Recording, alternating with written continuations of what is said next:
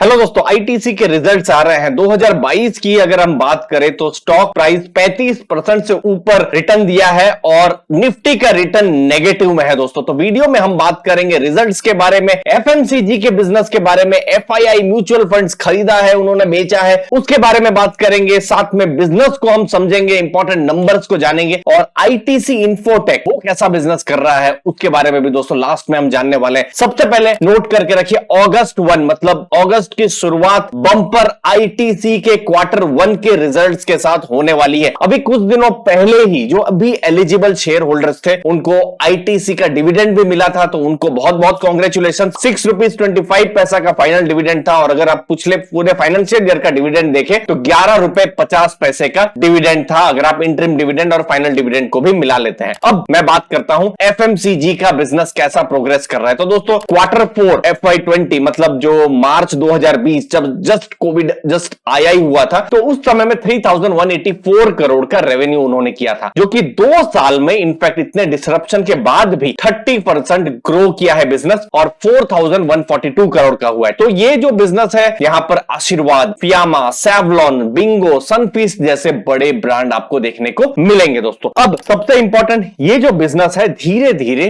Margin भी expand कर रहा है। ये मार्जिन 8.1% के आसपास थे वही क्वार्टर 4 2020 में, जो अभी जो क्वार्टर खत्म हुए मार्च 2020 में तो 9% तक के मार्जिन हो गए। तो धीरे धीरे ये बिजनेस भी ग्रो कर रहा है और मार्जिन भी इसके इंक्रीज कर रहे हैं। लेकिन जो एफएमसीजी की कंपनियां हैं, चाहे हिंदुस्तान यूनिलीवर हो, डाबर, मैरिको, उन सबको अभी एक चैलेंज है और वो है कमोडिटी प्राइस का हाइक होना। तो जैसे एडिबल ऑयल है, फिर सोप नूडल्स है, क्राफ्ट पेपर्स है, यहां पर प्राइसेस बढ़े हैं। तो इस बार देखने का बहुत इंटरेस्टिंग रहेगा कि इस बिजनेस में मार्जिन कैसे रहते हैं, कितना अगर कम भी होता है तो कितना कम होता है, क्योंकि असर तो पड़ेगा ही मार्जिन का। और दूसरा, रूरल एरिया में डिमांड अभी भी थोड़ी सी म्यूटेड आपको देखने को मिल सकती है। अब मैं तीसरी चीज बताता हूं कि म्यूचुअल फंड्स ने क्या किया है। अब सबसे पहले अगर मैं यहां पर म्यूचुअल फंड्स में बात करूं तो म्यूचुअल फंड्स अगर हम पिछले साल अगर हम जून की बात करें तो 9.4% उनका आईटीसी में स्टेक था, जो अभी जून में 10% के आसपास हुआ है। मार्च से जून भी आप देखेंगे तो ये थोड़ा कांस्टेंट ही रहा है। एफआईआई की अगर हम बात करें तो पिछले साल जून में 11.74% था, दिसंबर आते आते 9.99% हो गया, लेकिन अभी जून में 12.68%। मतलब एफआईआई ने बहुत जबरदस्त यहां पर खरीदारी की है, 10% से 12.68% पिछले 6 महीनों में। तो मुझे पता नहीं जो ईएसजी के जो कंसर्न्स थे वो कहां चले गए, जिसकी वजह से पहले ही खरीद नहीं रहे थे। डोमेस्टिक इंस्टीट्यूशंस की अगर हम बात करें, बाकी के जो डोमेस्टिक इंस्टीट्यूशंस हैं उनका बहुत हद तक कांस्टेंट ही रहा है। तो आईटीसी में अब एफआईआई इंटरेस्ट दिखा रहे हैं, ये चीज हमको पता चल रही है दोस्तों। तो इसीलिए हम बिजनेस नंबर्स और इन्फोटेक के बिजनेस में जाए उससे पहले दोस्तों हमारा हमेशा फोकस रहता है लर्निंग के ऊपर, क्योंकि लर्निंग से ही अर्निंग होती है, ना कि कोई टिप से होती है। तो फिनग्रेड को आप एक्सप्लोर कर सकते हैं, 60 से ज्यादा कोर्सेस और वेबिनार्स हैं, टोटल विन विन सिचुएशन है। 3 डे का आप ट्रायल आप यूज कर सकते हैं, जहां पर investing, trading, mutual fund, taxation, insurance related courses बहुत सारे हैं। ये 3 डे ट्रायल को भी आप एक्सप्लोर करके और ज्यादा अपनी लर्निंग को बढ़ा सकते हैं। अब क्वार्टर 4 का रिजल्ट देखिए, अभी जो रिजल्ट जस्ट खत्म हुए तो 16,227 करोड़ का रेवेन्यू था। तो